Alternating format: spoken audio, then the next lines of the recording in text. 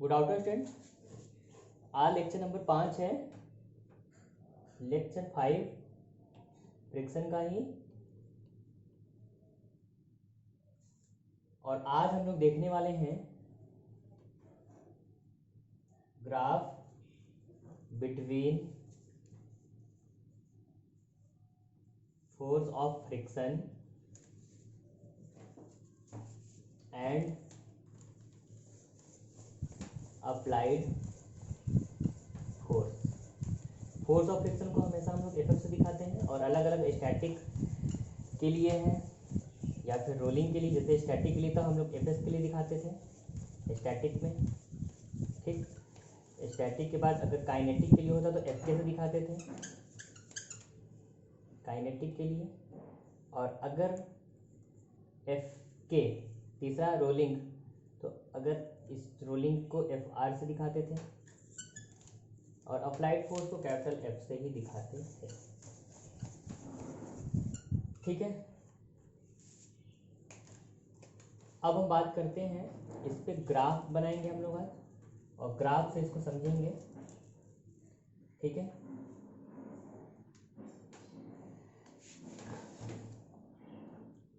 तो graph between force of friction F F और दूसरा अप्लाइड फोर्स,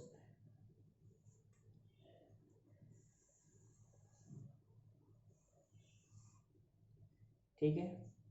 इधर हमें क्या दिखाना है, हॉरिजॉन्टल प्लेन पे हम दिखाएंगे एक्स पे एफ, जिसे अब अप्लाइड फोर्स कहते हैं, और इसे दिखाएंगे एफ एफ, ठीक है।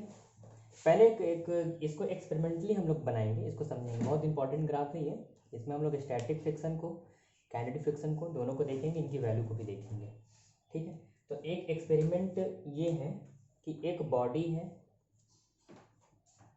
जो किसी प्लेन पे रखी हुई है और इस बॉडी का अगर मास m है तो आप जानते हैं ड्यू टू ग्रेविटी फोर्स या वेट की कह लीजिए, इसका वेट हमेशा नीचे पर mg होगा, जो कि हमेशा मैंने बताया जो कि एक एक्शन है। क्यों एक्शन है? क्योंकि ये वाली बॉडी सरफेस 1 सरफेस 2 पे, इस तल पे अपना फोर्स लगा रही है, अपना वेट इस पे लगा रही क्रिया। तो इसी का जो प्रतिक्रिया हमेशा r जो ऊपर होता है वो भी क्या होगा, r बराबर mg, ठीक है। तो ये क्या होगा, ये क्रिया है तो ये प्रतिक्रिया रिएक्शन, इसी को हम r को नॉर्मल रिएक्शन फोर्स भी कहते थे। अब अगर हम बॉडी का मास 5 किलोग्राम कह दें तो m बराबर में मैं कह दूं, m बराबर है तो मान लीजिए 5 kg, m बराबर कितना है 5 kg अगर मान लीजिए, तो mg की वैल्यू, g की वैल्यू 9.81 हो तो 10 मान लीजिए सीधे, तो कितना हो जाएगा 50 किलोग्राम। कितना हो जाएगा 50 किलोग्राम, 5 ये, और g की वैल्यू 10 ले लीजिए मीटर पर सेकंड स्क्वायर, तो कितना हो जाएगा 50 किलोग्राम मीटर पर। सीधे सीधे किस में आता है, फोर्स किस में होता है, न्यूटन। 50 न्यूटन का बल, मतलब ग्रेविटी फोर्स कहेंगे, ग्रेविटी वेट कहेंगे, या फिर इसको फोर्स कहेंगे। अब अगर आप जानते हैं, हम लोग एक्सपेरिमेंटल फोर्थ वीडियो में हम देख चुके हैं कि mu S is greater than, mu S is always greater than mu के। तो अगर हमने म्यू एस की वैल्यू 0.30, और आप जानते हैं, हम बात कर लेते हैं मेटल टू मेटल की, हम बात करते हैं मेटल टू मेटल की बात करते हैं। तो अगर हम मेटल टू मेटल में, अगर आपको याद हो तो हम लोगों ने म्यू की वैल्यू कितना लिया था, पॉइंट, मुझे लग रहा है कि हम लोगों ने उसकी वैल्यू ली थी 0.15 से लेके 0.30 तक।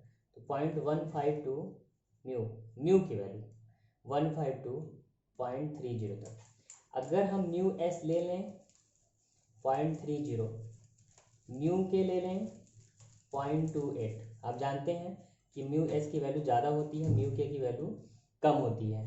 तो म्यू एस की वैल्यू 0.30, म्यू के की वैल्यू 0.28 ले लिया। अब अगर हम फोर्स ऑफ फ्रिक्शन निकालें, मतलब एफ एस निकालें, फोर्स ऑफ स्टैटिक फ्रिक्शन, तो क्या होगा म्यू एस इंटू आर, और आर भी कितना हो जाएगा 50 न्यूटन, देन म्यू एस कितना आएगा बताइए, म्यू एस आएगा 10.30 इंटू 50, मतलब कितना 15 न्यूटन। एफ एस कितना आ गया 15 न्यूटन। इसी तरीके से एफ के अगर होगा, एफ के की बात करें तो म्यू के इंटू आर, एफ के हम म्यू के क्या है 0.28 इंटू 50, एफ के कितना आ जाएगा, एफ के आ जाएगा 14 न्यूटन। ये जो मेटल टू मेटल लिए हैं ये ध्यान रखिएगा, इसके लिए म्यू तो वैल्यू म्यू रेंज में देता है, बट म्यू एस फिक्स रहेगा और म्यू के ही फिक्स रहेगा। म्यू जो होगा रेंज में होगा 0.15 टू 0.3, क्योंकि इसमें तीनों ले लेता है, म्यू एस म्यू के और रोलिंग तीनों लेके बताता है। ठीक है, तो अब हम यहाँ पे दो को ही एनालिसिस हम करके यहाँ पे देखेंगे, क्योंकि हम इन्हीं दोनों के एक्चुअली ये ग्राफ इन्हीं दोनों के बीच में खींच रहा है।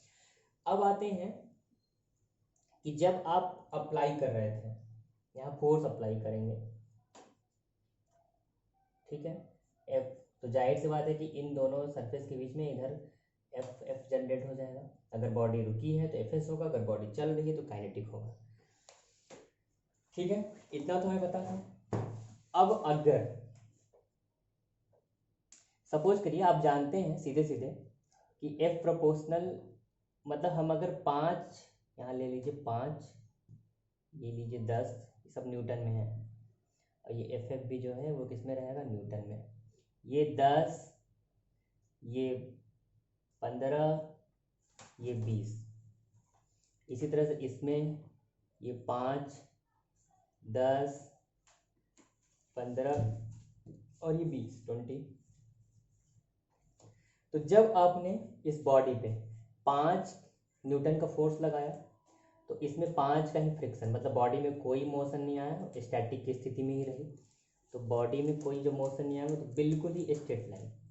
क्यों, ये भी बता देते हैं, क्योंकि y equal to m x, slope निकालेंगे m बराबर क्या होगा y बाई एक्स, तो 5/5 कितना हो जाएगा 1। तो m बराबर क्या होता है आप जानते हैं tan थीटा, मतलब m बराबर tan 45, थीटा बराबर 45। और अगर आप थीटा बराबर 45 खींचेंगे तो बिल्कुल ही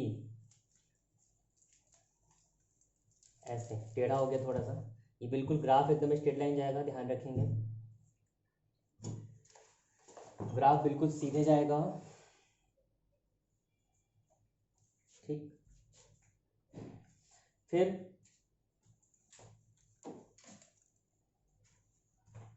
जब 5, फिर जब इसमें हमने 5 नहीं 10 का अप्लाई किया, तब भी इसमें 10 न्यूटन का फोर्स ऑफ फ्रिक्शन जनरेट हो गया और बॉडी स्टैटिक में ही रहा, बॉडी मोशन नहीं किया, तो भी पोजीशन क्या रहेगी यहाँ, और ये लाइन बिल्कुल क्या आ जाएगी यहाँ पे भी स्ट्रेट। ठीक, फिर जब हमने 15 न्यूटन का लगाया, जैसे ही 15 न्यूटन का अप्लाई किया तो बॉडी क्या है यहाँ पे कहीं, बॉडी अपने लिमिटिंग अवस्था में आ जाएगी, सीमांत घर्षण की अवस्था में। This is the point limiting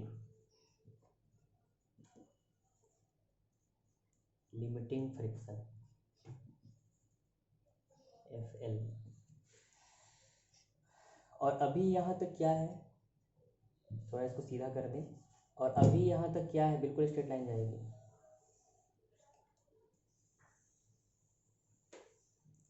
ठीक है, अभी यहाँ तक क्या है कि यहाँ से यहाँ तक बॉडी बिल्कुल ही स्टैटिक पोजीशन में है, मतलब स्टैटिक फ्रिक्शन काम कर रहा है। स्टैटिक फ्रिक्शन का मतलब ये क्या है कि बॉडी में यहाँ से यहाँ तक 15 न्यूटन तक कोई भी मोशन नहीं है। अब ये लिमिटिंग फ्रिक्शन है, जैसे ही ये लिमिटिंग फ्रिक्शन है, जैसे ही थोड़ा सा बल और लगेगा, थोड़ा सा बल और लगेगा, तो उसके बाद आप एक्सपेरिमेंटली इसको करके भी देखेंगे। जब आप स्टार्टिंग में किसी भी चीज़ को पुश करते हैं तो जल्दी वो मूवमेंट नहीं आता, लेकिन जब थोड़ा और बल लगाते हैं तो फ्रिक्शन से ज़्यादा हो जाता है, तो वो थोड़े समय के लिए बहुत ज़्यादा बल लगाना पड़ता है, फिर आपको हल्का बल लगाना पड़ता है। तो ये वो पोजीशन है जहाँ पे इसके बाद थोड़ा सी बल लगाएंगे तो बॉडी मूवमेंट कर जाएगा, मतलब उसके बाद भी नहीं रुकेगा। और this is the point where kinetic friction is generated. ये करीब क्या होगा, 14 न्यूटन के आसपास होगा, जो कि ये है 15 न्यूटन फोर्स ऑफ फ्रिक्शन। तो आप ये भी जानते हैं कि हमेशा इस एक्सपेरिमेंट से भी समझ में आएगा आपको कि हमेशा क्या होता है कि F S is greater than F के। ये बाई एक्सपेरिमेंटली हम लोग को पता चलेगा कि ये, तो ये क्या है, इस पे क्या है म्यू एस, जिसकी वैल्यू कितनी है, कितनी रखी थी हमने म्यू एस की वैल्यू 0.30। ये क्या है म्यू के, जिस पे 0.28 था। यहाँ से यहाँ तक आप देखेंगे तो कोई भी स्लिपिंग नहीं हुई, नो स्लिपिंग। नो स्लिपिंग से मतलब क्या है, कोई मोशन नहीं। और यहाँ पे देखेंगे तो स्लिपिंग, ठीक है। ये स्थिति किसकी है, काइनेटिक की। स्थिति किसकी है, ये काइनेटिक की, या इसको आप डायनामिक भी कहते हैं।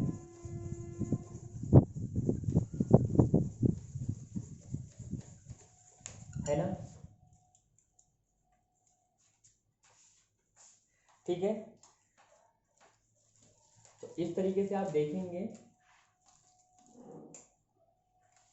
कि स्टैटिक फ्रिक्शन में यहाँ से जब शुरू होता है, इसके बीच में थीटा, मैंने क्या कहा कि थीटा हमेशा यहाँ पे 45 डिग्री रहेगा, यहाँ से लेके यहाँ तक। उसके बाद जैसे ही लिमिटिंग फ्रिक्शन पे पहुँचते हैं तो थोड़े समय के लिए हल्का सा पुश और करते हैं, जिसको हम काउंट ही नहीं कर सकते। उसके बाद फिर वो मोशन में आता है और फिर हमें बल कम लगाना पड़ता है, इसीलिए म्यू के is always less than mu S, ठीक। तो ये एक्सपेरिमेंट से पता चलता है। और ये जो ग्राफ है एक्चुअली ये म्यू एस और म्यू के बीच में ये ग्राफ होता है, ठीक है। फोर्स ऑफ फ्रिक्शन तो ये दिख रहा है और इधर फोर्स अप्लाइड दिख रहा है, बट ये एक्चुअली ग्राफ जो होता है ये काइनेटिक फ्रिक्शन और स्टैटिक फ्रिक्शन की है। जब भी आपसे क्वेश्चन पूछे फोर्स ऑफ फ्रिक्शन और अप्लाइड फोर्स के बीच में ग्राफ को बनाइए या ग्राफ को दिखाइए, तो हमेशा आपको म्यू एस और म्यू के को दिखाना है, ठीक है। तो उम्मीद करते हैं आपको समझ में आया होगा। म्यू एस और ये क्या है, म्यू के, ये काइनेटिक, इसमें बॉडी मोशन करती चली जाएगी, अब वो नहीं रुकेगी, जब आप उसको रोकेंगे तभी रुकेगी। तो मोशन कर चली जाएगी, और मोशन करने में हमेशा ही क्या है, स्टैटिक से कम बल लगाना पड़ेगा, ठीक है। तो इस तरह से ये ग्राफ था force of friction and applied force के बीच में, ठीक है। अब आज कोई नया टॉपिक नहीं स्टार्ट करेंगे, बस यही ग्राफ था। उम्मीद करते हैं आपको समझ में आया होगा। Okay, thank you very much.